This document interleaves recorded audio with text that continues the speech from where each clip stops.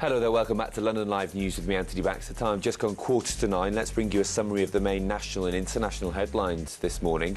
Hospitals across England are preparing for disruption as junior doctors take part in a third strike over their contract dispute with the government. The walkout got underway at 8 a.m. and lasts for 48 hours. Medics will again provide emergency cover. The industrial action comes after the Health Secretary said last month he would impose the new working hours and conditions. More than 5,000 treatments have been postponed. Let's get more now on that top story then. Thousands of junior doctors from the capital have gone on strike in the ongoing row over the new contract. This is the third walkout over the issue and the longest so far. More than 5,000 planned operations and treatments have been cancelled over the next 48 hours. Let's just speak now live to Sandra, who is a campaigner from the St Helier Hospital in London. Thank you very much for joining us this morning, Sandra. Why have you felt it was important to join the doctors behind you? I think that we depend very much on our junior doctors to help run our NHS. We've been campaigning for years now to keep our local hospitals open. There's a threat now to close 3 local hospitals. We are very much behind the junior doctors. We're very much behind the NHS. We want to save it from decimation, which seems to be the government's plan. So we're here to defend the junior doctors, the nurses, the GPs, all of them under threat, all of them putting the NHS under threat. So we stand very solidly behind them. This is the third strike. It seems to put very little pressure on the government. There's been very little movement in terms of where they're coming from. It actually appears to put pressure on patients with thousands of operations cancelled. Is this the right course of action? I think they've been left with this as the only course of action. I believe the government is intent on the total decimation of the health service. I think this is part of the cut services, demoralised staff, criticised services and privatised services. I think it's part of an overall plan, and I think it's left the junior doctors with absolutely no alternative other than to go on strike. They're making sure that nobody suffers, doing their very best to see that patients aren't suffering.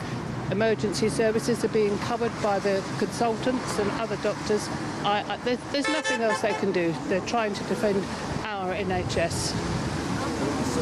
You say David Cameron needs to take a step into this situation, this mess, and sort it all out. He hasn't been very present in the argument to this stage. Do you think it's now down to the Prime Minister to get everybody back around the table and sort out the argument? Jeremy Hunt has been very absent through all of this. David Cameron's been very absent through all of this. I don't believe they'll step in to save the situation. I believe they've actually manufactured the situation. This and previous governments have undermined the NHS for the last 3 decades, and this is just the latest step up in the campaign to ruin our NHS. OK, Sandra, one of the campaigners down there joining those doctors. We'll leave it for now. A very noisy scene down there outside St Helier Hospital. Thank you for joining us this morning. So that is the scene there in South London as that protest, demonstration and strike gets underway. We will, of course, keep you across all of that, and we'll try and speak to some of the junior doctors involved as well a little later on in the programme. Hello again, it's just gone 9 o'clock on Wednesday the 9th of March. You're watching London Live News with me, Anthony Baxter. The main story today. Save our NHS. Save our NHS. The longest strike so far by junior doctors in the row over a new contract is underway. The medics have walked out for 48 hours. We're live on a picket line in South London for you. All of that to come first. The main story, thousands of junior doctors from the capital have gone on strike in the ongoing row over a new contract. This is the third walkout over the issue and the longest so far. More than 5,000 planned operations and treatments across the country have been cancelled over the next 48 hours. Let's just speak now to Dr Natalie Blundell, who's outside St Helier Hospital in Merton for us. Good morning. Thank you for joining us on London Live. What do you hope this strike will achieve?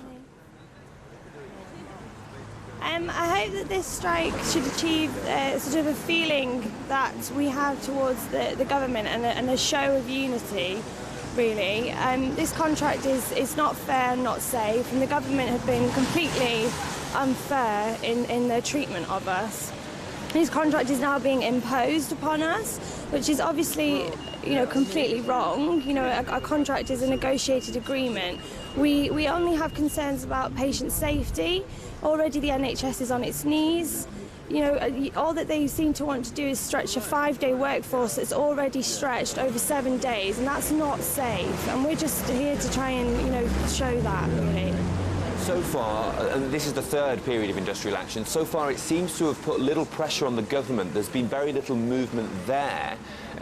Others would argue the real pressure here will be on the patients who don't get to have their operations today as a result of this. And we totally understand that, and that is something that we really do regret that has had to happen.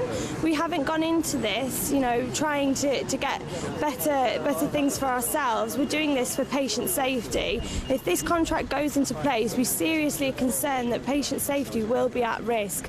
Even though these operations are cancelled today, that may mean that if that doesn't happen and this contract goes through, many more patients will have much worse things, you know, potentially happening. The government seems to be prepared to bring in this contract. How long will you go on striking for? I think we will go on striking as long as it takes, really. The feeling is very strong and has been shown with the previous strikes. And as you can see, we're now escalating to 48 hours. It may be that we need to escalate further in the future. And, you know, if it comes to that, unfortunately, it has to come to that. There are some saying that David Cameron should show some leadership at this stage, that he should now step in and sort this mess out. Do you agree with that? Is that what the Prime Minister should be doing at this stage? I think that, I mean, I know that Jeremy Hunt has been sort of the head of this movement, but I think overall it is the general government as a whole, and I think hopefully the public can see that. I think, you know, the way that the government have chosen to use Jeremy Hunt as a head man of it is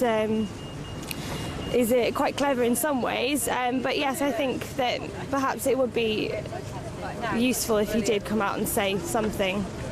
OK, Dr Natalie Blundell outside St Helier Hospital there in South London. Thank you for joining us this morning on London Live. There we go. So that is just one thought from a junior doctor there on why that strike is taking place again. This is the third period of industrial action, and this one for 48 hours.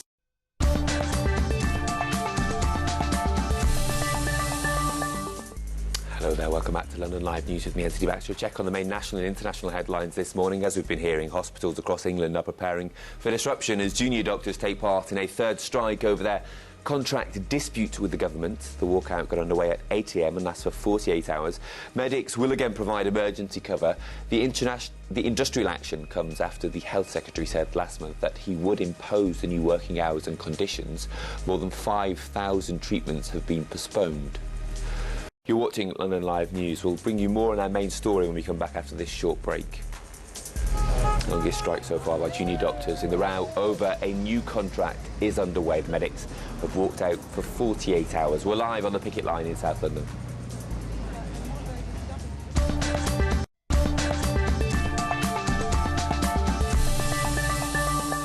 Hello again, welcome back to London Live News with me, Anthony Baxter. Just gone 9:30. Let's bring you up to speed on the main story. Thousands of junior doctors from the capital have gone on strike in the ongoing row over a new contract. This is the third walkout over the issue and the longest so far. More than 5,000 planned operations across the country have been cancelled over the next 48 hours. Let's just speak now to Rafi Rogans-Watson, who's outside St Helier Hospital in Merton. Thank you for joining us on London Live this morning. Many would argue that this isn't putting any pressure on the government at all because they've stood firm in their decision. The only people suffering today are the patients. Well, I mean, I think this is all about the patients. This is about patient safety, about protecting the NHS as we know it. And I have absolute confidence in our consultants who are still providing cover today, and my colleagues are still providing emergency care and maintaining patient safety. And I think we are putting pressure on the government. I think we've come a long way, but they still refuse to come back and negotiate over key issues that we feel puts patient safety at risk. No doubt those consultants are doing a great job keeping things going while everybody else is outside of the line, but you've got to admit this will put the NHS under severe pressure today because of this 48-hour strike.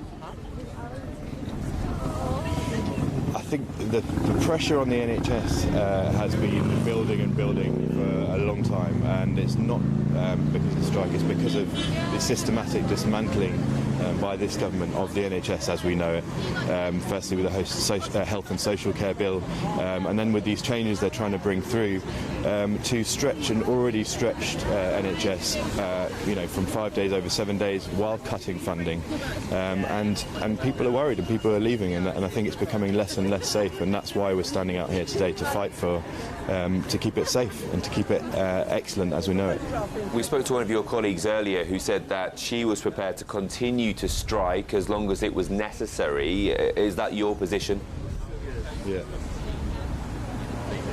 Yes, I mean, I don't enjoy strikes. I'd much rather be at work today. But as long as I feel that the NHS is being attacked and being dismantled, then I will fight for it. And if that's a strike, then I will have to strike. The government disputes this claim that they have been unwilling to negotiate with the British Medical Association.